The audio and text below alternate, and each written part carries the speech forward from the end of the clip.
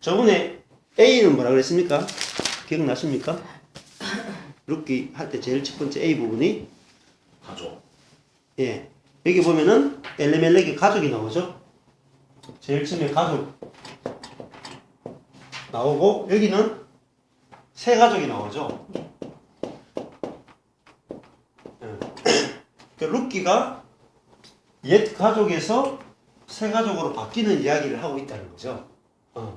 근데 이게 그 룻기가 핵심이 옛 가족, 즉 다른 말하면은 육신에 속한 가족의 이야기에서 새 가족, 이제 영적인 가족으로 바뀐다라는 이야기를 하는 거죠. 그럼 이 옛 가족이 먼저는 다 죽죠, 그죠? 옛 가족이 죽어야지 새 가족이 만들어집니다. 즉 옛 가족이 죽는 이야기는 성경 전체를 보면 십자가죠. 십자가로 하는 것이 예수님이 우리를 위해서 죽으시는 그 십자가만 있는 게 아니고 우리 자신이 그 십자가에 포함되어서 같이 죽어야 끝나는 겁니다. 그래서 이 십자가를 모르기 때문에 사실은 갈급하면 끝나지 않거든요. 교회를 오래 다니고 권사가 되고 집사가 되고 장로가 돼도 목마름이 해결이 안 되는 겁니다. 왜냐하면 옛 가족이 죽는다. 그러니까 나오미 같은 경우에도 오늘 이제 집중적으로 좀 살펴볼 텐데, 나오미라고 하는 이름 여기 보면은 B가 나오미 이야기잖아요, 그죠? 여기도 나오미죠. 근데 그 나오미가 뭐라고 바뀝니까? 여기 보면은 룻기에서 중요한 게 나오미가 이름이 바뀌죠. 사람들이 마라로 바뀌잖아요. 몇 절입니까? 마라. 몇 절이에요? 룻기 찾아보세요. 1장 20절이죠? 1장 20절? 1장 20절에 보면 여기 검은색으로 B분이잖아요. 여기에 나오미가 뭐로 바뀌냐면 마라로 바뀌어요.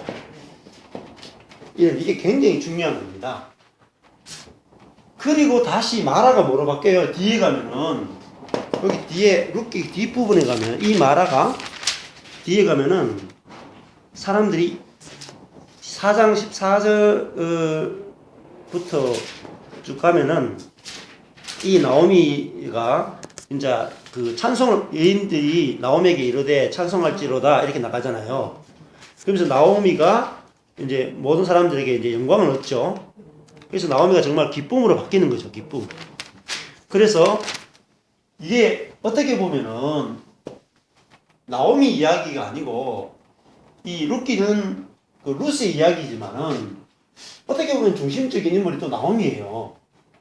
그러면 이 나오미는 누구를 말하고 있냐면은 하나님 백성이면서 나를 이야기하고 있다. 나. 그러니까 이 나오미가 나의 이야기로 읽혀져야지 내 인생이 해석이 되거든. 내 인생이 해석이 안 되면 소용이 없어요. 성경을 아무리 봐도. 그러면 여기도 마찬가지죠. 하나님이 엘리멜렉과 남편인 엘리멜렉, 이 엘리멜렉과 나오미가 처음에는 가잖아요. 그죠?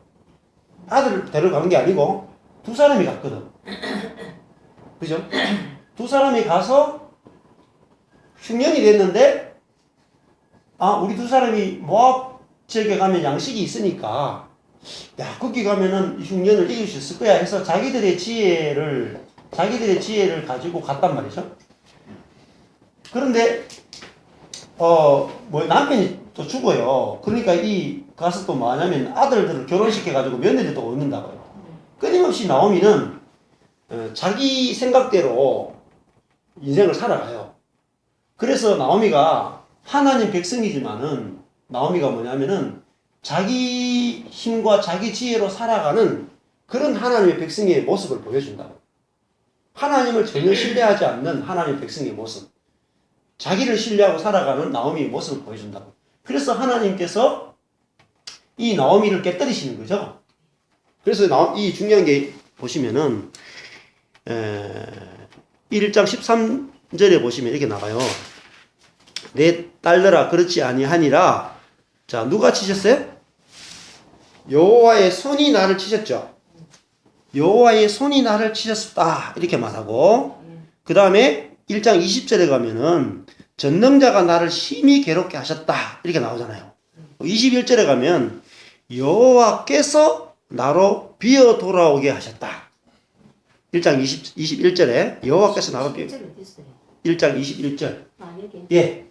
보면은 이 1장 8절에 1장 그 13절에 여호와의 손이 나를 치셨다. 빨간색이 나오죠.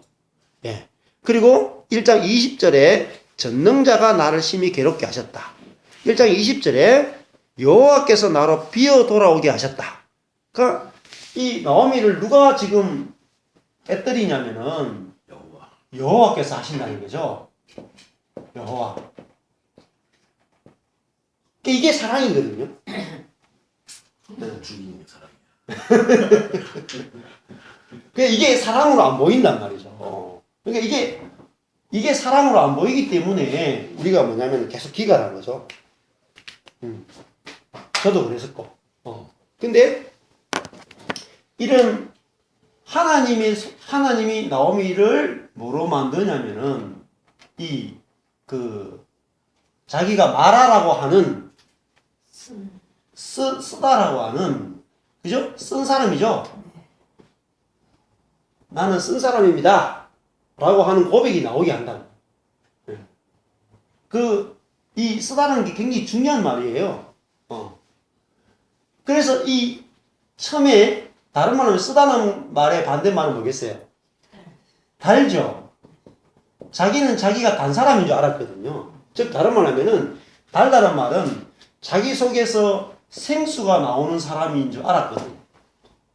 예, 단물이 쓴물이 있단 말이죠. 그게 중요한 게 자기 속에서 아주 단 것이 나오는 사람인 줄 알았는데 자기가 이렇게 깨떨어지면서 자기는 쓴 사람이다. 자기 속에서 쓴 것밖에 안 나오는 사람이다. 라는 걸 알게 됐어요. 그래서 하나님과 사람 앞에서 나는 다른 사람들 앞에서 나를 말하라 부르라 이렇게 말하죠. 나를 쓴 사람이다 불러라 이렇게 말하잖아요. 그게 무슨 말이겠어요? 나는 죄인입니다 라는 뜻이에요. 나는 아무것도 아닙니다. 요 고백을 받아내기 위해서 하나님께서 나오미를 치고 치셨다는 거예요.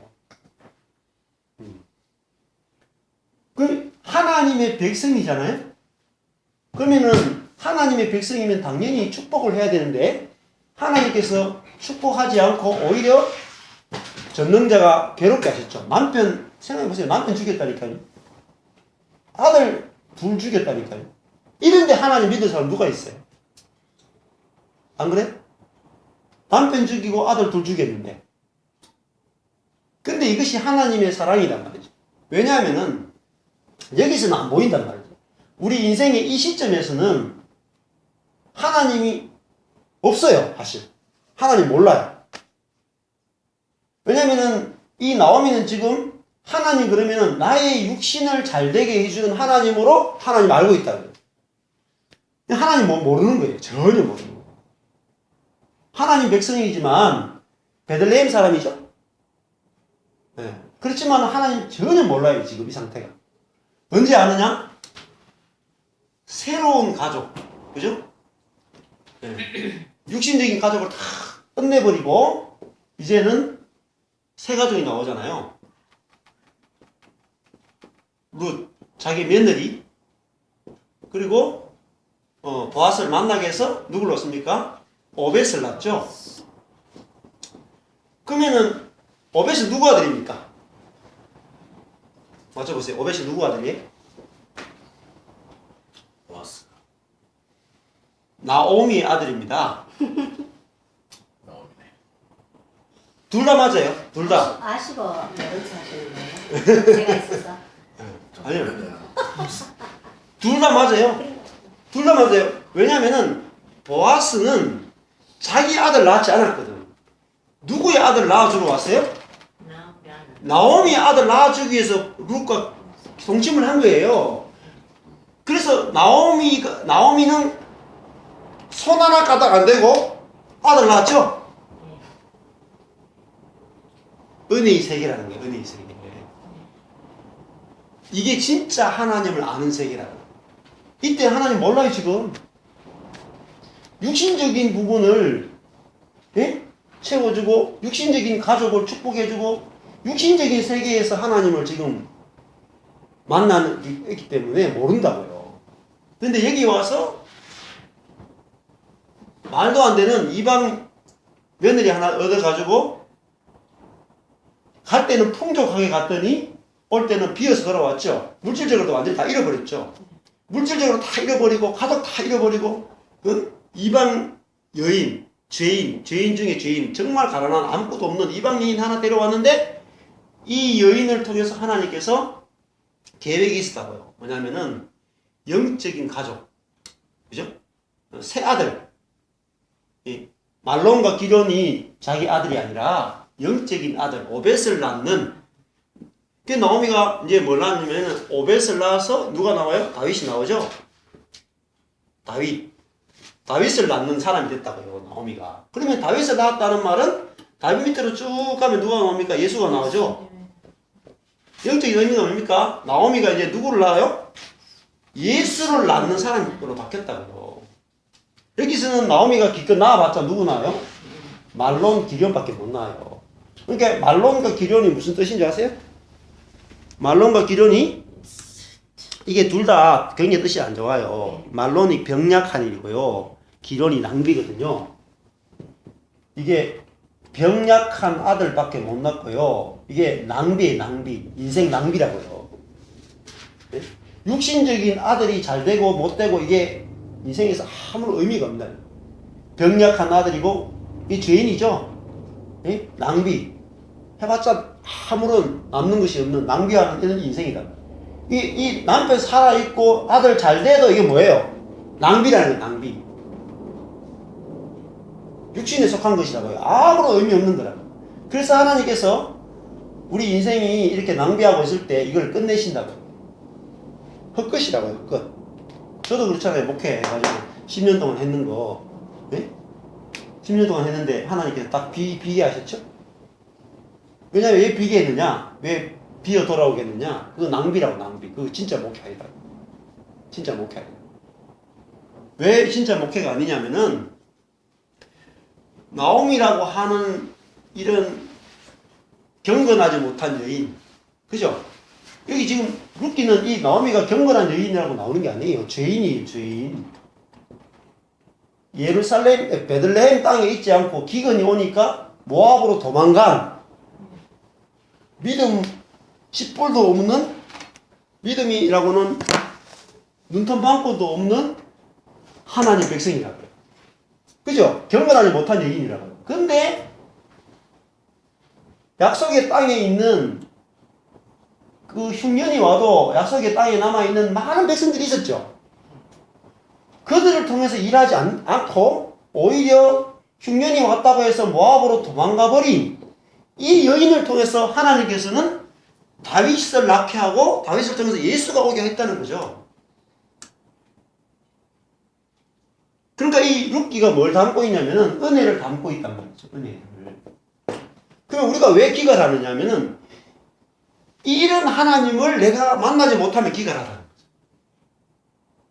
거죠. 맨날 어떤 하나님만 우리가 알고 있냐면은 약속의 땅에 베들레헴에 남아 있어가지고 하나님을 잘 섬겨서 하나님 잘 섬겨서 육신의 복을 받는 이 하나님만 알고 있기 때문에 우리 육신이 기갈하다고요. 그게 아니다고요. 이 사람은 다 낭비하고 있어요. 낭비. 이 사람 통해서 하나님 일하지 않으세요. 오히려 교회를 떠난, 그죠? 하나님을 떠나서 자기가 살 길을 찾겠다고 해서 모압으로 간, 심지어 남편이 죽으니까 이방 며느리를 얻잖아요. 이방 며느리. 생각해보라니까요. 고신적 교회라고 생각해봐요. 고신적 교회에서 장로가, 그죠? 장모님으로 피택됐는데 아들이 둘이 있는데 며느리를 얻는데 다 교회 안 다니는 며느리를 얻었어요. 어떻게 돼요? 실입니다. 실이 지금 현재 고신적. 근데 고신청에서 7이라니까요. 7이 대상이라니까요. 장로가 자기 아들 결혼시키는데 불신 며느리 얻었다. 그러면 당신은 자식 교육 잘못시켰기 때문에 장로 자격이 없다. 이게 고신청이에요. 지금 현재. 근데 성경은 뭐라 그래요? 성경은요, 두 가지 얘기를 같이 해요. 이방인들과 결혼하지 말라 그러죠? 율법으로는, 그죠? 그렇게 말해놔놓고 율법이에요. 근데 이방인하고 결혼했는 이 아들들을 이방인, 그죠? 오르바와 룻이라고 하는 이방 여인들, 그것도 10대 동안 여호와의 총에 들어오지 못하는 이 모압, 하나님께서 친히 저주하신 이 민족의 여인들을 며느리로 삼은 정말 저주받을 짓은 다 하는 이 사람에게 뭘 베푸십니까? 은혜를 베푸셨다니까요. 은혜를. 그건 하나님 계획이잖아요. 계획 아니에요? 그러니까 그걸 은혜라 그러죠. 근데 우리가 보통 교회에서 듣는 메시지는 뭡니까? 하나님을 잘 섬겨야지 복을 받는다. 이 메시지를 듣는다는 거죠. 그러면은 이 성경 본문하고는 180도 위배된단 말이죠. 룻기 한 곳만 하더라도 룻기 안에서 우리가 하나님을 잘 섬겨서 복 받는 게 아니라, 그죠? 하나님이 우리를 사랑하시기 때문에 우리를 축복하시고 우리와 함께 하시고 이 물질적인 복이 아니라 영적인 복을 우리에게 주기를 원하신다고 하는 것을 지금 이야기하고 있단 말이죠. 네? 자, 그 다음에 이 마라라고 하는 것을 한번 생각해 보십시오. 이 쓴 사람이잖아요. 네. 쓰다. 이게 이제 오늘 제가 어젯밤에 이렇게 준비하면서 보니까 이게 굉장히 중요한 개념이 많더라고요. 자, 쓰다라는 걸 한번 보십시오. 나옴이라 하는 것은 이제 이 기쁨이잖아요. 그 여인 속에서 막 기쁨이 나오는 여인이었다. 왜 언제 기쁨이 나오냐니까 뭐 남편이 있겠다, 아들 둘이 있겠다, 얼마나 기쁘겠어요, 그죠? 거기다가 베들레헴에 있지 않고 기근이 드니까 모압 땅으로 갈 수 있는 굉장히 진취적인 사람들이죠. 그 문제를 해결할 수 있는 굉장한 그 지혜를 가지고 있고, 그죠? 그런 사람들이에요. 그래서 나오미가 육신적으로는 굉장히 기쁜 사람인데 다 무너지니까 마라가 됐단 말이에요. 마라.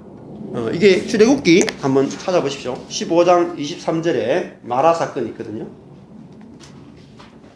출애굽기 15장 23절.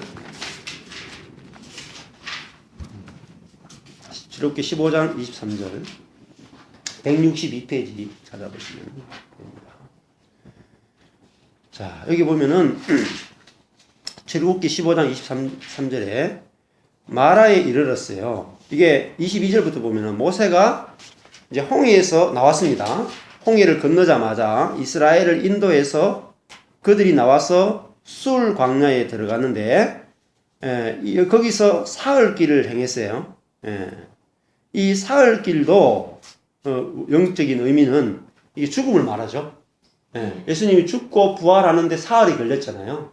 그러니까 죽음을 통과하는 거죠. 사흘길을 행했는데 물을 얻지 못했어요. 근데 어디에 이르렀냐니까 마라에 이르렀습니다. 자, 광야에 들어가니까 뭐가 없습니까? 물이 없죠. 그 말은 무슨 말이겠어요? 그것도 있고, 이거를 지리적인 것만 보면 안 되고요. 사람의 이야기를 읽어야 됩니다. 즉 다른 말 하면은 우리가 광야를 만나면은 내 자신이, 내 인생이 광야를 탁 만나잖아요. 또 원수를 만나잖아요. 그죠? 내 주변에 가족이나 그게 광야거든요. 근데 그 광야 같은 인생이 돼서 내 주변에 전부 다 원수들이 있고 갈등이 있고 이러면은 뭐가 안 나오냐면은 내 속에서 생수가 안 나오는 거예요. 그래서 뭐가 되냐면은 그 물이 있어서 마시지 못하는 거예요. 생수가 그러면 뭐 그냥 육적으로 보면 생수를 말하는 거예요? 여기서 말하는 건 그냥 구약 때 일어났던 사건은 그냥 육신적으로 이렇게 눈에 보이는 물이지만은 이게 신약으로 넘어오면은 영적인 의미라고. 그게 뭔데? 예. 생수가 뭔데? 그러니까 생수가 뭐냐면은 우리 속에서 하나님의 사랑이 나오는 거죠. 하나님의 평안이 나오고 하나님의 기쁨이 나오는 거죠. 여기서 이제 다른 말 하면은 나오미가 나오는 것입니다. 나오미가 예를 들면은 나오미가 환경이 좋기 때문에 뭐가 나왔어요? 기쁨이 나왔죠? 그죠? 남편이 있고 아들이 있으니까 기쁨이 나왔죠? 근데 남편이 있고 아들 잃으니까 뭐가 나와요? 속에서 막 쓴 게 나오는 거죠. 쓴 게 뭡니까? 온갖 스트레스와 그죠? 고민과 갈등과 온갖 불평과 뭐가 나와요? 불평이 쓴 겁니다. 여기 보세요. 딱 나온다니까요. 출애굽기 15장 24절에 가보면은 물이 있어서 마시지 못했는데 그 이름을 말아 쓴 것이라 했다. 24절에 백성이 모세를 대하여 뭐였습니까? 원망. 응? 모세에 대해서 원망이 나오죠? 이게 쓴 겁니다. 자기 속에서 지금 어디 건너왔어요? 홍해 건너왔잖아요. 홍해 건너는 그 기적을 본 사람이 지금 며칠 지났어요? 3일밖에 안 지났어요. 그러면은 딱 3일 길을 왔어요. 3일 길 와가지고 물 못 마시가지고 물 못 마시니까 자기 속에서 뭐가 나와요? 쓴 게 막 나온단 말이에요. 쓴 게. 지금 그 이야기 하고 있다고. 그냥 이게 하나님이 뭐 이렇게 광야에서 그래가지고 뭐 물이 없는데 물을 기적을 행했다. 그 기적을 행한 하나님 아무리 믿어봤자 나하고는 상관이 없어요. 사실은. 별 의미가 없어요. 그럼 뭐예요? 내가 하나님 믿는데 기적을 행하는 하나님 내가 믿잖아요. 근데 중요한 거는 내 안에서 생수가 안 터진다니까요. 하나님은 기적을 행하는데 내 안에는 생수가 없어. 그러니까 홍해를 가르신 하나님을 경험했는데도 불구하고 이들은 안 받겠죠. 이게 중요합니다. 자, 이들이 영적으로 어마어마한 경험을 했죠. 신약에서 우리들은 상상도 못하는 경험을 했어요. 홍해가 갈라지는 걸 봤고 홍해를 자기들이 중간을 건너왔어요. 지금 3일밖에 안 됐어. 영적으로 우리가 뭐 방언을 한다, 방언, 예언, 뭐 축사, 신유 이거 아무것도 아니에요. 이 경험과 홍해 건너는 경험하고 어느 게 대단하겠어요? 홍해 건너는 게 훨씬 더 놀라운 영적 경험이라고. 근데 거기다가 홍해 건너기 전에 10가지 기적을 경험했죠. 구름기둥, 불기둥이 같이 지금 가고 있죠. 지금 3일길 가는 동안에도 구름기둥, 불기둥이 지금 구름기둥 밑에서 걸어가고 있는 거예요. 3일길을. 이렇게 하는데도 불구하고 이 사람들 속에서 뭐가 나오냐면 쓴 거밖에 안 나왔다. 쓴 거. 뭐가 나와요? 불평밖에 안 나와요. 환경이 어려우면은 불평밖에 안 나와요. 그럼 뭡니까? 사람이 안 바뀌었다는 거죠. 사람이 안 바뀌었다. 그러니까 복음은요. 한마디로 하면은 사람이 어떻게 바뀌느냐 이야기.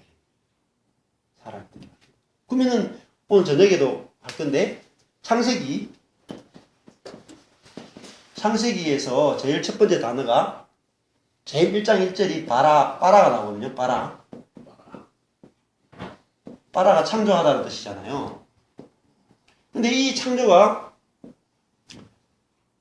창세기 1장에서는 물질적인 창조를, 천지 창조를 이야기하잖아요.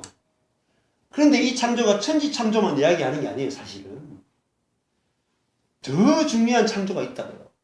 구약 때 이미 천지 창조가 아니라 영적인 창조에 대해서 이야기를 한다고요, 영적인 창조.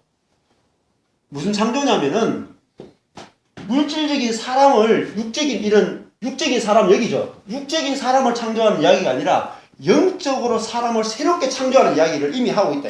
그거 보세요. 오늘 이렇게 했잖아요. 이 기하점 성경 딱 보시면은 그 창조 자체가 여기 창세기 1장 2절에 보면은 인용 구절이 있어요. 예레미야 4장 23절이라고요. 인용 구절이 딱 적혀 있죠. 제일 앞장에 보면은 예레미야 4장 23절을 한번 찾아보실래요?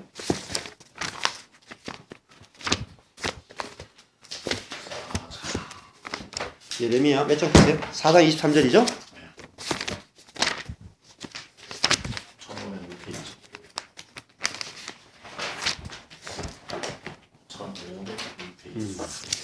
자, 보시면은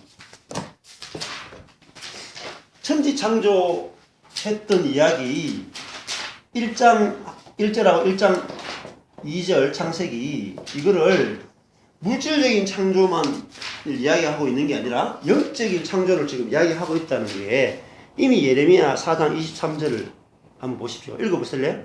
시작. 내가 땅을 본즉 혼돈하고 공허하며 하늘들은 우러른즉 거기 빛이 없으며 내가 산들을 본즉 다 진동하며 작은 산들도 요동하며 내가 본즉 사람이 없으며 공중의 새가 다 날아갔으며 내가 본즉 좋은 땅이 황무지가 되었으며 이렇게 되죠. 여기 보면은 땅을 본즉 혼돈하고 공허하다. 이게 언제예요? 천지 창조 전에 창세기 1장 2절을 똑같이 지금 쓰고 있잖아요. 그죠? 창세기 1장 2절 말씀과 똑같아요, 이게. 그러면 지금 예레미야 시대에 땅이 혼돈하고 공허합니까? 아니죠. 천지 창조 다 돼 있잖아요. 천지 창조 다 돼 있는데 예레미야가 뭐라 하냐면 내가 땅을 보니까 혼돈하고 공허하다. 하늘을 우르는 적 빛이 없다. 지금 태양이 떠 있는데 예레미야는 뭐냐면 태양이 떠 있는데 빛이 없다 이렇게 말하는 거예요. 땅이 이렇게 분명히 지금 만들어져 있는데 혼돈하다 공허하다. 땅은 지금 온갖 생명으로 충만한데 땅에 아무것도 없다 이렇게 이야기한다는 거죠. 그러면은 이 예레미야가 봤던 땅과 예레미야가 봤던 하늘은 뭐냐는 거예요. 이게 뭐죠? 지금 예레미야가 이 예레미야 4장을 예레미야 성경을 쓸 때가 언제냐면은 남쪽 유다 왕국이 바벨론에 의해서 멸망하던 때거든요. 즉 하나님의 백성이 하나님을 떠나가지고 영적으로 지금 완전히 절망한 상태예요. 영적으로 완전히 그냥 하나님 그 신앙이 완전히 붕괴되어 있더라고요. 그거를 혼돈하고 공허하다 빛이 없다라고 하는 거예요. 그 영적인 의미로 지금 풀고 있다고 예레미야 자체가 창세기 1장을. 신기하죠?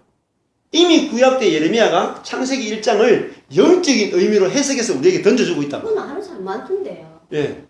그러니까요. 일단 육적으로 보는 게 아니고 뭐 영적 보는. 그렇죠. 근데 이것이 나에게 와서 실제가 되는데 또 달라, 이 차원이. 그러면은 여기서 중요한 게, 자, 어디서 회복이 시작되냐면은, 나오미가 자기를 뭐라고 봤습니까? 마라. 나는 쓴 사람이다. 그러니까 자기가 보였죠. 자기가. 그러니까 이게 영적인 의미인데 어디 와야 되면 나에게 와야 되거든요. 이 의미가. 내가 쓴 사람이구나. 내 안에서 나오는 게 불평밖에 없고 판단밖에 없고 정죄밖에 없구나. 이게 와야지 뭐가 옵니까? 그 다음에 나오미가 이 마라가 뭐로 바뀌어요? 다시 하늘의 기쁨이 자기 속에서 나오는 나오미로 간다고요. 그러면 내가 지금 내 속에 이 나오미 어떤 나오미냐면은 새 나오미라고 해요. 새 나오미. 옛 나오미가 아니라고요. 새로 창조된 나오미란 말이에요. 그러니까 이 나오미는 환경 때문에, 그죠? 남편이 있고 아들 둘이 있기 때문에 믿을 게 있단 말이죠. 거기서 나온 기쁨이에요. 육신의 환경이나 자기 조건 때문에 나온 기쁨이란 말이에요. 이 기쁨은 기쁨이 아니에요. 성경에서 말하는 기쁨이 아니라고요. 근데 이 여인이 이런 완전히 텅 비어버리고 다 잃어버리니까 자기 속에서 나오는 것이 하나님을 향하여 뭐가 안 나왔어요? 찬양이 안 나왔죠. 감사가 안 나왔죠. 이걸 죽었다 그러는 거예요. 내 인생을 보면서 하나님께 찬양이 안 나오고 감사가 안 나오면 쓴 사람이라니까요. 하나님을 향하여 내가 어떤 일이 있어도, 내 인생에 어떤 일이 펼쳐져도 하나님을 향하여 찬양과 감사가 나오는 사람을 이 기쁨의 사람 나옴이라 그런다니까요. 여기서 가야지 우리가 뭐예요? 이게 생수가 터졌다는 거예요. 생수가 뭐예요? 찬양이에요. 찬양. 다른 말 쉽게 표현하면 찬양이에요. 내가 내 인생에 대해서 내가 진짜 감사하다. 예? 이게 생수가 터진 거거든요. 환경이 바뀐 게 아니죠. 예, 사실은. 그래서 지금 이 마라라고 하는 이 이야기가 나오미의 인생이 내 인생을 지금 하나님이 나를 어떻게 창조하는지를 보여주고 있고 창세기도 마찬가지라는 거죠. 예. 여기 이제 마라 이야기가 아까 전에 출애굽기 몇 장 했습니까? 이게 마라의 쓴물 이야기가 그 우리 보세요. 이게 하나님께서 구원시켜 놨잖아요. 어디로 데려갑니까? 홍해 다 건너오고 한 다음에 광야에 집어넣어버려요. 광야에. 예, 선생님. 예. 홍해를 건너자마자 어디 집어넣어요? 광야에 집어넣는다니까요. 광야요? 집어넣어서 뭘 보게 해요? 광야는 뭘 보게 하는 겁니까? 내가 쓴 사람인 것을 보게 한다. 내 속에 예수를 믿는 게 중요한 게 아니라니까요. 예. 예수님을 믿고 난 다음에 뭘 봐야 되냐면은 내 속에 쓴 것밖에 없다는 것을 경험시킨 과정이란 말이에요. 그러면은 이 광야를 통해서 내 속에 있는 것을 하나님께서 덜 추워낸단 말이죠. 이거를 이제 신명기도 그렇고 하나님께서 너희 속에 무엇이 있는지 내가 시험한다 이렇게 말씀하셨죠. 그죠? 그러면은 이게 그 광야의 목적이에요. 그러면 교회도 마찬가지입니다. 교회 다니는데 목사님도 마음에 안 들고 장모님도 마음에 안 들고 옆에 있는 사람도 마음에 안 들고 그렇죠. 저도 그랬거든요. 10년 목회하는데 처음에는 막 엄청 좋죠. 이 성도들이 말 잘 듣고 이러니까 엄청 막 이 나오미 있잖아. 이 나오미. 엄청 교회도 잘 되고 이러니까 엄청 기쁨이 있었죠. 그러다가 성도들이 말을 안 듣기 시작하자마자 제 속에서 쓴 게 나오는 거예요. 쓴 게. 네? 그래서 하나님 내가 몰랐는데 이런 상황을 만나보니까 인간적인 갈등 속에 들어가 보니까 내가 내 안에서 나올 수 있는 게 불평밖에 없고 그죠? 미움밖에 없네요 라고 하는 쓴 사람이라는 걸 발견했다니까요. 근데 내가 쓴 사람입니다 하는 거를 딱 인정하는 순간에 어떤 일이 벌어지냐면은 내 속에 단계 나와요. 이게 이 지금 루키가 이야기하는 거예요. 성경 전체가 지금 이야기밖에 안 되면 성경 이야기 뭐 66권 다 읽어도 이야기하는 거예요. 이 이야기를 하나를 깨닫느냐 못 깨닫느냐 그 이야기를 하고 있습니다. 그러니까 여기서는 환경에 의한 기쁨이지만은 여기는 환경을 뛰어넘는 초월하는 그 예수님께서 내가 너희에게 평안을 준다. 내가 너희에게 주는 평안은 세상이 주는 평안과 다르다 이렇게 말하죠. 그 세상과 다른 평안이 뭐예요? 그게 생수라고 하니까요. 평안. 무슨 평안입니까? 이때 나오미가 가진 평안은 무슨 평안이에요? 남편 있고 아들 둘이 있으니까 평안한 거죠. 이거 누가 평안 못해요? 예수 안 믿어도 이게 다 하는데. 근데 예수 믿는다는 건 뭐냐면 아들 둘 잃고 남편 잃고 아들 둘 잃은 이 여인이 평안하고 이 여인이 기쁘면 사람들이 보고 뭐라 그랬어요? 그게 진짜.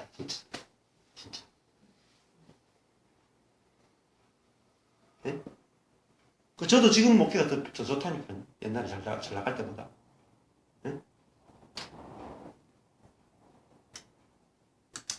진짜 내 속에서 생수가 안 터지면요. 신약 시대를 못 온 겁니다. 여기까지 못 온 거예요. 여기까지. 그러니까 수가서 우물가 여인한테도 네 배에서 생수가 나리라 그랬죠. 어디서 나야 됩니까? 내 배에서 안 나오면 소용이 없습니다. 하늘의 문을 열고 막 부어 소용없어요. 그게 내 배에서 생수가 내 배에서 하나님을 향하여 찬양과 기쁨. 어떤 환경이 오더라도 내가 하나님을 찬양하고 기뻐지는 이 존재로 발견되지 않고 변화되지 않으면은 예수 믿는 게 아니라고요. 예수 믿는 게 아니라. 예수와 나하고 상관이 없다니까. 즉 생수가 뭐예요? 다른 말로 하면은 예수님이 흘러나오는 거다. 자, 그래서 근데 놀라운 사실이 마라가 어떻게 바뀌느냐는 거죠. 쓴 사람이 단산으로 바뀔 때 뭐가 필요해요? 25절이거든요. 출애굽기 15장 25절에 보면은 모세가 여호와께 부르짖었더니 여호와께서 그게 뭘 줬어요? 한 나무를 지시하시니, 한 나무를 던지게 하셨단 말이에요. 그러니까 그가 물에 던짐에 어떻게 됐어요? 물이 달아졌죠. 그죠? 출애굽기 15장 25절. 그죠? 한 나무죠. 그죠? 한 나무가 뭐예요? 십자가죠? 이 십자가를 던져 넣으니까 뭐가 됐어요? 달아졌다. 뒤에 나오는 새 나오미로 바뀌었단 말이에요. 새 나오미로. 예? 쓴 사람이 단 사람으로 바뀌었단 말이죠. 근데 이 나무가 십자가거든요. 그러면 뭐 십자가가 뭐면 십자가 예수님이죠. 어떤 예수냐면은 십자가에 달린 예수라고요. 십자가 달린 예수가 어디 들어와야 돼요? 내 안에 들어와야 된다는 거예요. 내 안에. 쓴 사람 안에 내가 쓴 사람입니다 하는 게 뭐예요? 내 안에 이 나무가 던져지는 것과 똑같다니까요. 내가 쓴 사람이래야 이 나무가 내 안에 던져진다니까요. 예수가 내 안에 들어온다니까요. 그 예수가 내 안에 들어오니, 예수님이 내 안에 들어오시니까 사람 존재가 단 사람으로 바뀌는 거예요. 다른 말 하면 그 속에서 단 것이 나온다고요. 다른 사람들이 먹을 수 있는 그 사람 속에서 예수의 사랑이 나오니까 사람들이 그 사랑을 먹고 마실 수 있는 사람으로 바뀐단 말이죠. 이 새 나오미가 나오지 않으면은, 그러니까 다른 말로 새 나오미가 누구를 낳았어요? 예수를 낳았죠. 쭉쭉 내려가면은, 그죠? 그 말은 뭘 말입니까? 나오미 속에서 단 것이 나왔단 말이에요. 단 것. 단 것이 누구예요? 나오미 속에 예수가 나왔다는 말이에요. 예수가. 자기 자아가 나오는 게 아니고 예수가 나왔단 말이에요. 예수가. 이거 지금 루키가 그 이야기 하고 있거든요. 루키가 지금 이야기하는 게 우리 모두가 나옴이고, 예? 이 죄인 나옴인데 쓴 것밖에 내놓을 수 없는 사람인데, 그죠? 예수님으로 말미암아 가지고 하나님의 은혜로 말미암아가 우리가 예수 단 것을 내놓을 수 있는 사람으로 하나님께서 이거를 변화시키는 일을 하신다는 말이에요. 예? 결정적으로 누굴 알아야 되냐면은 내 자신을 알아야 돼요. 내 자신이 쓴 사람이라는 것이 먼저 발견돼야 돼요. 박살나면서. 그죠? 그럴 때 십자가가 나에게 다가온단 말이죠. 다가온다. 그래서 이 쓰다라는 부분이 굉장히 중요합니다. 예? 그리고 생수가 어디서 나옵니까? 여기도 광야에서도 생수가 나오는 게 딱 한 군데밖에 안 나옵니다. 돌에서 나와요. 돌. 깨어진 돌에서 나옵니다. 그것도 의미가 있다. 우리 자신이 깨어질 때. 여기 나오미로 치면은 나오미가 박살나는 거예요. 남편 죽고 아들 둘 죽고 인생이 완전히 박살날 때. 그 말은 무슨 말입니까? 나는 다 파산한, 나는 비어 돌아오게 하셨다. 나는 비어 있는 자입니다. 아무것도 아닌 자입니다. 자존심이 완전히 박살나는 거예요. 그때 그 사람 속에서 뭐가 나옵니까? 생수가 솟아나온다. 그래서 뭐 기도를 많이 했더니 평안에 이르렀다. 그런 거 없습니다. 성경에. 금식기도 했더니 안 통해요. 금식기도. 그 중세 유럽에 다 해본 거예요. 중세 유럽. 루터 시대 때에 중세 유럽이 수도원을 만들어서 얼마나 많이 기도했는데 평생을 기도했는데요. 그래도 그 속에서 생수가 안 터졌습니다.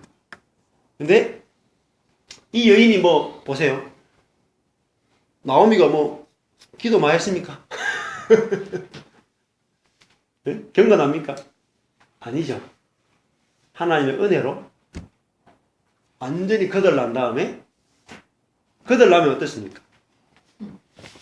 거들나면요 자기 자신에 대해서 신뢰할 것이 하나도 없으면 저절로 하나님 딱 붙들게 됩니다.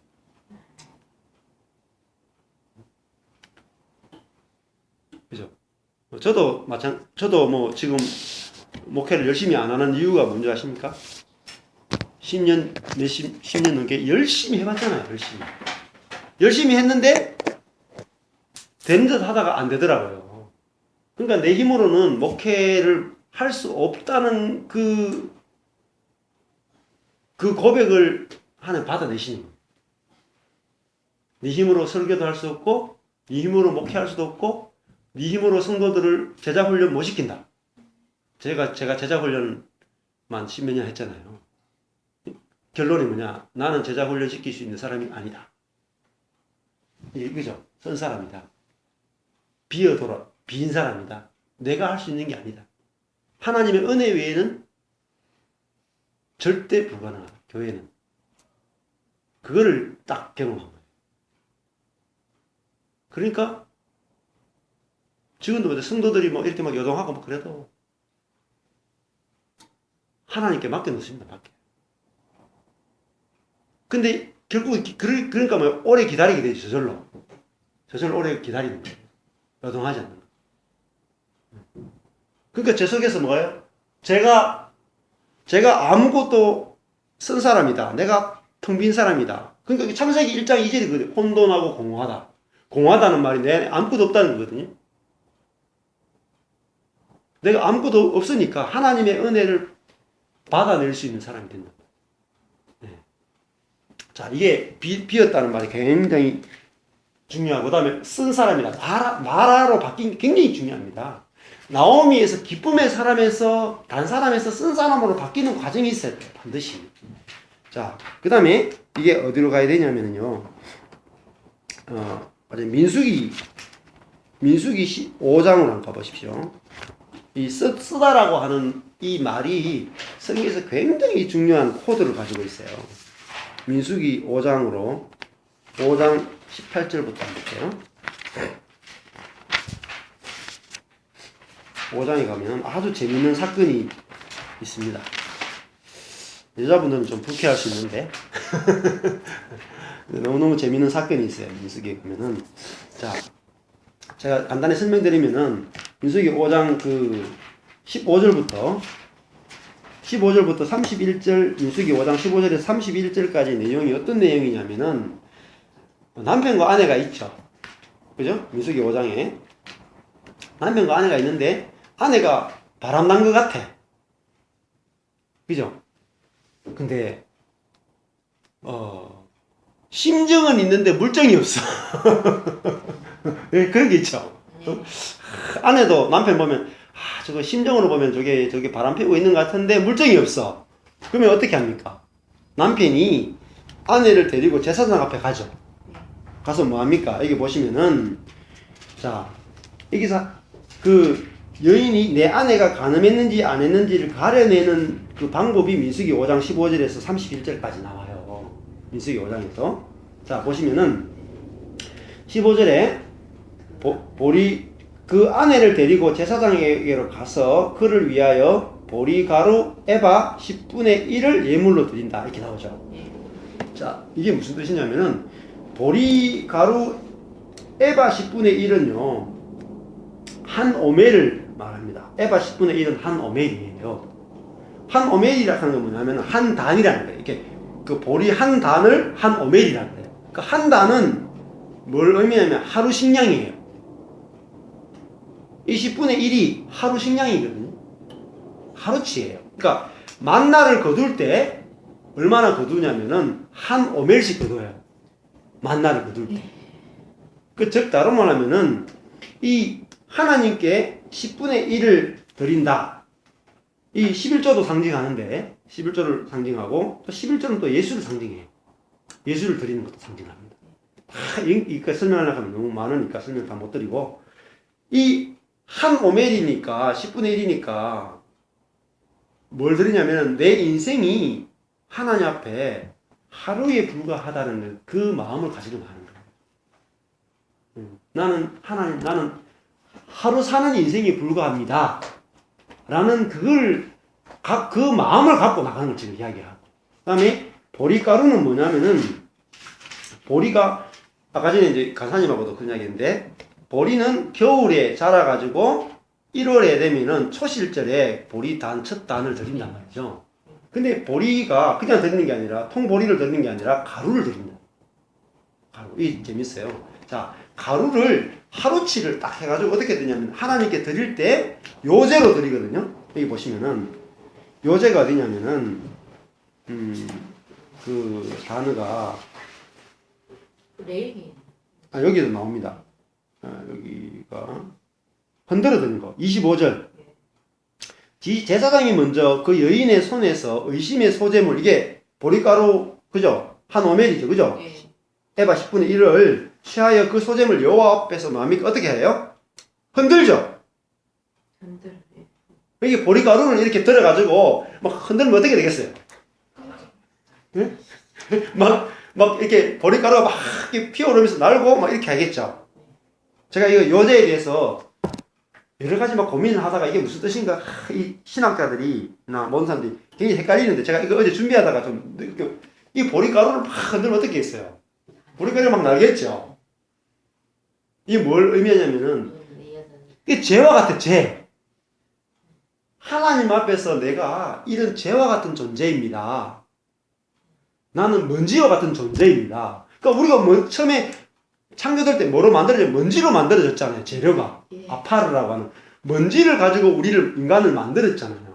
그러면 내가 하나님 앞에서 하나님 나는 먼지와 같은 존재입니다라는 거를 고백하는 게 이 흔드는 거예요. 하나님 앞에 흔들어 요제를 드립니다. 예. 그게 이제 중요한데 그게 뭐냐면 마라예요. 마라. 하나님 나는 이런 보리가루와 같은 존재이고 나는 하루치 인생밖에 안 됩니다. 하고 주님께 나갔잖아요. 근데 그 마음을 갖고 나가면 어떻게 됩니까? 정말 내 속에서 그 죄가 없으면은 달라면 내가 내 마음에 진짜 고백이 딱 띄어지고 나면 어떤 일이 벌어지는지 보세요. 28절 한번 보십시오. 여인이 더럽힌 일이 없고 정결하면 어떻게 됩니까? 해를 받지 않고 어떻게 돼요? 잉태한다는 거죠. 이게 중요합니다. 잉태. 여기도 마찬가지죠? 내가 쓴 사람입니다라고 하나님께 고백했을 때 누구를 잉태했어요? 오벳을 잉태하고 예수를 잉태했죠. 성경은 다 같은 이야기예요. 딴 이야기 아니에요. 이 여인은 지금 어디 갔어요? 이 여인은 지금 축복받는 자리에 갔어요? 저주받는 자리에 갔어요? 사실은. 남편이 지금 의심했잖아요. 이 여인이 간음했는지 의심해가지고 지금 간음했으면 어떻게 돼요? 간음하면 무슨 죄를 받느냐면 여기 보세요. 27절이에요. 27절에 뭘 마십니까? 물을 마시는데 이게 다 설명하는 시간이 많이 걸리는데 이 물을 마시는데 어떤 물을 결론이 보였어요. 27절에 보면은 뭘 태우냐면은 두 가지를 태우거든요. 두 가지 태우는데 그 물하고 성막 바닥에 17절에 가보면은 성막 바닥에 티끌 이거를 집어넣어요. 집어넣어가지고 하는데 이거를 물을 마시게 되면은 배가 붓고 27절에 보면 배가 붓고 넓적다리가 떨어져요. 예, 배라는 말은 자궁이에요. 자궁이 부풀어 오르고 그죠? 넓적다리 이거는 뭐 다리를 상징하기도 하고 성기를 상징하기도 하는데 그게 떨어진다는 거죠. 그건 무슨 말입니까? 이거는 아이를 낳을 수 없는 여자가 된다는 거죠. 즉 다른 말 하면은 이 여인이 그 재물과 똑같은 상태가 되면은 오히려 잉태하는 일이 벌어지고 재물과 다른 상태가 되면은 저주를 받아서 아이를 낳지 못하게 되는 거예요. 예수를 낳지 못하는 자가 된다는 거죠. 그래서 여기서 17절도 이제 한번 15절부터 다시 한번 돌아가 볼게요. 민수기 5장 15절에 자, 첫 번째 보리가루는 제가 설명드렸습니다. 보리가루 10분의 1을 설명드렸고요. 거기에다가 뭘 넣으면 안 돼요? 첫 번째 기름을 넣으면 안 돼요. 자, 기름은 뭐냐면은 하나님의 것을 말해요. 그죠? 자, 내 인생에서 보세요. 하나님께 뭐가 있습니까? 네, 하나님과 내 것이 있다 하면은 하나님께 뭐가 있죠? 내 거는 뭐가 있고? 자, 구분해 보세요. 내 거하고 하나님께 구분해요. 이거부터 돼야 돼요. 자, 내 자신을 보면서 내 거하고 하나님께 구분돼야 돼. 이 구분 못하면 안 됩니다, 이거. 내 게 있어요? 머리 똑똑한 건 내 겁니까? 얼굴 예쁜 게 내 거예요? 돈이 내 거예요?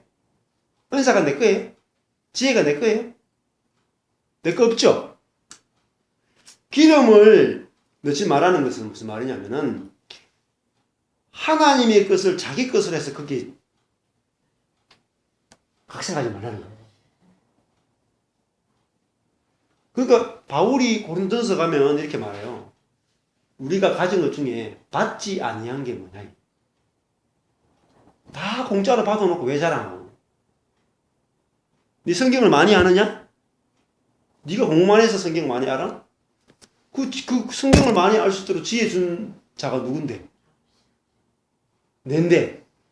주신 분을 자랑해야지 왜 받은 너를 자랑하느냐? 그게 지금 기름을 쓰는 거라고. 목회가 만약에 커졌어요?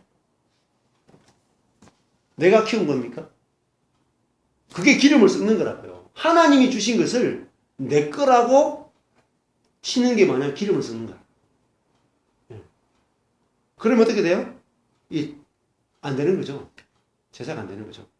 두 번째, 여기 보면은 뭐도 하지 말라고요? 유향은요, 부활의 향기를 말해요. 예? 즉, 다른 말 하면은, 우리가 아주, 여기서, 첫 번째, 이 육신적인 나오미에서 무슨 나오미로 가냐면, 새 나오미로 가죠. 여기에 또 함정이 있습니다. 내가 내 속에서 환경을 뛰어넘는 평안과 기쁨이 솟아나오면은, 나는 환경을 뛰어넘어서 이렇게 평안하고, 이렇게 기쁘고, 이렇게 희락이 넘치는 사람인데, 저 사람 보니까 예수를 안 믿는 것 같아. 예수 믿는데도 어떻게 저렇게 속에서 불변밖에 안 나오고 제 속에도 그런 게 나오더라고요. 저는 막 이렇게 일이 있을 때 요즘은 좀 이렇게 환경이 이렇게 올 때 좀 평안한 게 있어요. 그러면 제가 만약에 제 주변의 사람 보면 아주 예수 믿으면서도 저렇게 불평이 나오고 저렇게 쓴 게 막 나오잖아. 그러면은 야 나는 된 사람이고 저 사람은 안 된 사람이고 라고 하는 판단이 내 속에 올라와요. 그게 뭐냐면은 유향을 섞지 말라는 거예요. 네 거 아니잖아. 네가 가지고 있는 평안이 네가 영성생활을 잘해서 받은 게 아니잖아. 그저 받은 거잖아. 예? 그걸 지금 이야기하는 거예요. 예? 이게 아주 중요해요. 이런 부분이 열려지는 게 굉장히 중요한 거죠. 그래서 이걸 뭐라고 말하냐면은 의심의 소재라 이렇게 말하죠. 15절에 보면 의심이 원래 원어를 이렇게 제대로 번역한 거 아니에요. 의심이라는 단어가 키나거든요. 키나가 뭐냐면 열심, 열정 이런 뜻이 있어요. 또 다른 말 질투라고 해요. 질투. 질투의 소재예요. 질투. 그러면 이 아내를 누가 데려왔어요? 남편이 데려오죠. 남편이 아내가 의심이 될 때 데려오잖아요. 그러면 영적인 의미는 뭐냐면은 하나님이 남편이고 우리가 아내예요. 그러면 하나님이 우리를 데리고 와서 지금 뭐 하는 거예요? 우리를 훈련시키면서 우리를 뭐 하냐면은 보리가루와 같은 존재, 하루살이와 같은 존재, 기름도 유향도 내 것이 아니고 아무것도 아닌 존재, 그런 존재로 우리를 딱 만드는 거예요. 그럼 여기서 보세요. 여기 새 나옴이라고 하는 것은 무슨 말이냐면은 우리가 새로운 피조물이 예수 믿으면 새로운 피조물이 된다 그러죠. 이 새로운 피조물의 정체를 알아셔야 돼요. 새로운 피조물 가니까 뭐 대단한 걸라고 생각하죠. 새로운 피조물은요. 다른 말로 하면은 여기서 나는 없는 거예요. 나는 아무것도 아닙니다. 이게 새로운 피조물이에요. 그래야지 그리스도가 전부가 되죠. 예수가 전부입니다. 요거를 새로운 피조물이라고 그래요. 요걸 천국이라 그래. 내 자신이 천국이 되는 거예요. 내가 아무것도 아니니까 천국이 된다니까요. 이게 산상수훈의 제일 첫 번째 한 말, 심령이 가난한 자는 복이 있나니 천국이 저희 것이며 천국이 자기 속에 이루어진단 말이에요. 무엇으로? 가난함으로. 아니 절대적 가난을 말해요. 자기 속에 아무것도 없는 거예요. 아무것도. 그러면 창세기 1장 2절에 혼돈하고 공허하다 할 때 그 공허를 말해요. 공허. 내 속에는 하나님과 사람 앞에 내세울 것이 아무것도 없다. 즉 나한테 있는 것은 다 은혜로 받은 거지 내 것이 없다라고 하는 그 마음이 가난한 마음이에요. 그게 곧 천국이에요. 이게 안 깨달아지니까 마음이 너무 복잡한 거예요. 마음이 정리가 안 되는 거예요. 마음이 정돈이 안 되는 거예요. 그래서 이 민수기 이 5장 말씀이 어제도 저 이게 준비하면서 되게 좋더라고요. 이 말씀을 이렇게 묵상하면서 이게 진짜로 이 룻기하고 연결되면서 이 말씀만 한 말씀만 제대로 깨달아져도 참 좋겠다 이런 마음이 들었습니다. 그래서 여기 보면은 이제 질투의 소재라 그랬죠? 질투의 소재, 생각나게 하는 소재. 소재라는 말은 이제 이게 그 선물이라는 뜻입니다. 하나님께 드리는 선물. 그죠? 소재가 민하인데요. 민하가 선물이에요. 그러니까 우리가 하나님께 뭘 드려요? 드리는 선물이? 나는 보리가루에 불과합니다. 이게 선물이에요. 하나님께. 나 죄인에 불과합니다. 이게 선물이에요. 근데 자 우리가 하나님께 나갈 때 반대로 가르치잖아요. 하나님께 나갈 때 내가 뭔가 봉사를 하고 헌신을 하고 11조를 하고 뭔가 깨끗한 삶을 가지고 하나님께 나가야 된다라고 하는 게 뭐죠? 다 무거운 짐이거든요. 그죠? 지금 하나님께서 뭘 말하면 야, 너 보리가루와 같은 그 인생을 가지고 와. 가루와 같은 인생을 들고 와. 너 하루살이에 불과한 그 약하고 미련한 그 인생 가지고 와라. 예? 너 아무것도 아닌 그 존재로 와라. 그게 나한테 선물이다. 이게 은혜를 말하는 거죠. 은혜. 얼마나 쉬워요. 예? 하나님만큼 쉬운 분이 없다니까. 사람이 힘들어요. 사람이. 얘를 알면은요, 사람이 진짜 힘들고요. 하나님은 정말 쉬운 분이에요. 근데 우리는 반대로 알거든요.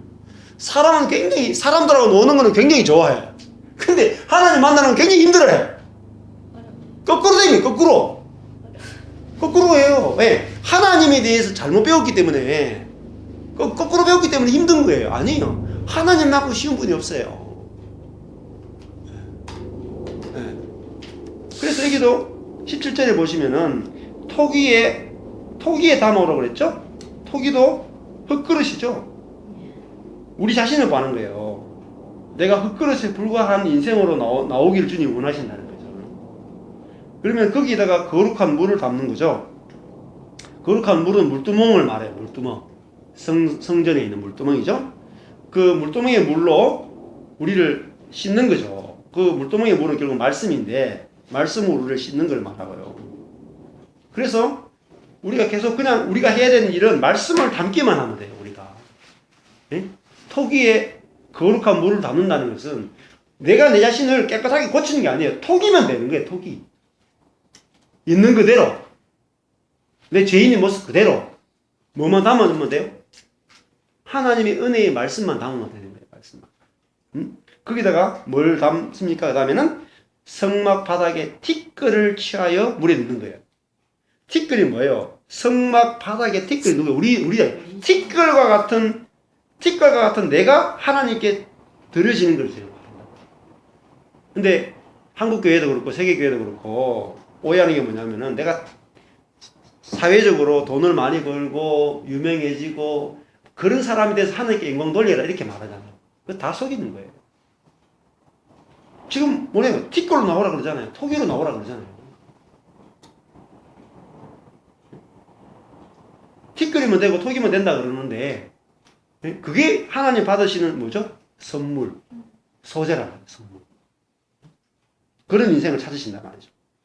그래서 18절에 생각하게 하는, 기억하게 하는 소재물, 민하, 선물이죠. 그죠? 그리고 열정, 그죠? 질투의 소재물을 그 두 손에 두고 제사장은 그죠? 손에 그걸 들고 가는 거죠. 응? 즉 다른 말하면 나는 하루살이에 불과한 인생입니다. 라는 것을 하나님께 가지고 나가는 거예요. 그래서 제사장은 저주가 되게 할 쓴 물을 손에 들고 오는 거죠. 그래서 제사장이 이제 들고 옵니다. 보세요. 소재물은 내가 들고 가고 제사장은 쓴 물을 들고 와요. 그리고 내가 쓴 물을 누가 마셔요? 내가 마시는데 내가 쓴 사람입니다 하면 어떻게 돼요? 성분이 같죠? 예. 잘 생각해 보라니까요. 제사장은 지금 하나님을 상징하는데 하나님이 나한테 뭘 먹입니까? 쓴 물을 먹이죠. 쓴 물이 무슨 말입니까? 티끌을 담은 물이죠. 그러면 티끌을 담은 물이 쓴 물이잖아요. 그러면 하나님 나는 티끌에 불과합니다. 그러면 같은 성분이니까 심판이 안 되죠. 성분이 다를 때 심판이 되잖아요. 예를 들면은 우리 몸 밖에 있는 바이러스가 내 몸 안에 들어오면 내 안에 백혈구가 성분이 다르기 때문에 싸우죠. 죽인다고요. 근데 백혈구가 병균을 죽이잖아요. 근데 밖에 있는 바이러스가 밖에 있는 성분하고 내 안에 있는 성분이 같으면 어떻게 돼요? 그대로 받아들이고 심판이 안 된다고요. 그게 중요하거든. 그러면 뭐 이런 말 하잖아요. 뭐 소고기나 특히 개고기 같은 경우에 사람하고 가깝잖아요. 그래서 개고기는 사람하고 가깝기 때문에 먹으면은 거부 반응이 없어. 그래가지고 우리 몸에 적시적시 소화가 돼. 굉장히 빠른 속도로 소화돼서 내 양식이 돼. 에너지가 팍 생겨. 그래서 개고기가 좋다는 거예요. 근데 풀이나 여러 가지들은 먹으면은 먹고 나서 이거 소화시키는 한참 걸려요. 왜? 우리는 이게 고기 덩어리잖아요. 고기하고 풀은 다르죠. 다르기 때문에 채식하는 사람은 몸엔 좋을지 몰라도 소화시키는 데는 굉장히 시간이 오래 걸려요. 그게 차이점이에요. 자, 그래서 마찬가지로 주님께서 우리에게 선물을 주시는데 여기도 선물 줬잖아요. 선물. 이 나오미의 인생에 쓴 걸 주셨잖아요. 그랬을 때 마라가 내가 쓴 여자입니다. 내 속에서 하나님 향해 불편밖에 안 나오는 그런 여자입니다. 라고 했을 때 뭐가 되냐면은 28절에 가니까 오히려 아이를 잉태하는 여인으로 드러났단 말이죠. 즉 다른 말로 하면 자기 속에서 그죠? 존재가 바뀌었단 말이죠. 그 저주의 사건이 축복의 사건으로 바뀌었단 말이에요. 그래서 여기도 보시면은 쓰다는 말이 많이 나와요. 18절에도 저주가 되게 할 쓴물 나오고 19절에도 저주가 되게 하는 이 쓴물 나오고 23절에 그 글자를 쓴물에 빨아넣고 자 여기도 보면은 말씀도 집어넣습니다. 아까 전에 티끌만 집어넣는 게 아니고 자 이 토기 안에 제사장이 들고 오는 토기 안에 뭐가 들어가냐면은 자 거룩한 물이 있고 거기다가 티끌을 집어넣고 그다음 한 가지 더 집어넣어요. 23절 보십시오. 23절에 보면 제사장이 저주의 말을 두루마리에 써서 그 글자를 그 쓴 물에 빨아넣는 거예요. 자 두루마리에 저주 간음하면은 뭐죠? 돌로 쳐 죽인다 이런 말이 있죠. 그죠? 율법에. 그 말을 써가지고 그 두루마리를 물로 빨아면은 뭐가 되겠어요? 먹이나 이런 게 있죠. 그것이 그 물에 들어갈 거잖아요. 그러니까 말씀이 그 속에 들어가는 거예요. 저주의 말이. 그래서 24절에 그의 속에 들어가서 쓰리라 이렇게 쓰다는 말이 계속 나오고요. 27절에도 가보면 중간에 그 저주가 되게 하는 물이 그의 속에 들어가서 쓰게 된다. 이렇게 되는 거죠. 자, 그래서 그 배가 부으면 그 너쪽다리가 떨어진다. 붓는다는 말이 배가 붓는다는 게 부풀어 오르는 거죠. 즉 다른 말 하면은 그 사람이 하나님 앞에서 나는 아무것도 아닙니다가 나온 게 아니고 뭐가 나오냐면은 부풀어 오른 인생이 드러났다는 거죠. 자기가 뭔가 대단한 사람이다라고 하는 그 자존심. 그죠? 하나님과 사람 앞에서 뭔가 된 것처럼 하는 것이 드러났단 말이에요. 그거 심판이에요. 그래서 부풀어 오른 인생으로 그 여인이 발견됐단 말이죠. 자, 그러면 그게 저주가 된단 말이죠. 예. 자, 그래서 쓰다라는 걸 가지고 일단은 여기까지 정도 됐습니다. 그 다음에 좀 이따가 조금 쉬었다가 신약으로 가서 쓰다는 걸 조금 더 살펴봤으면 좋겠습니다. 예. 길죠?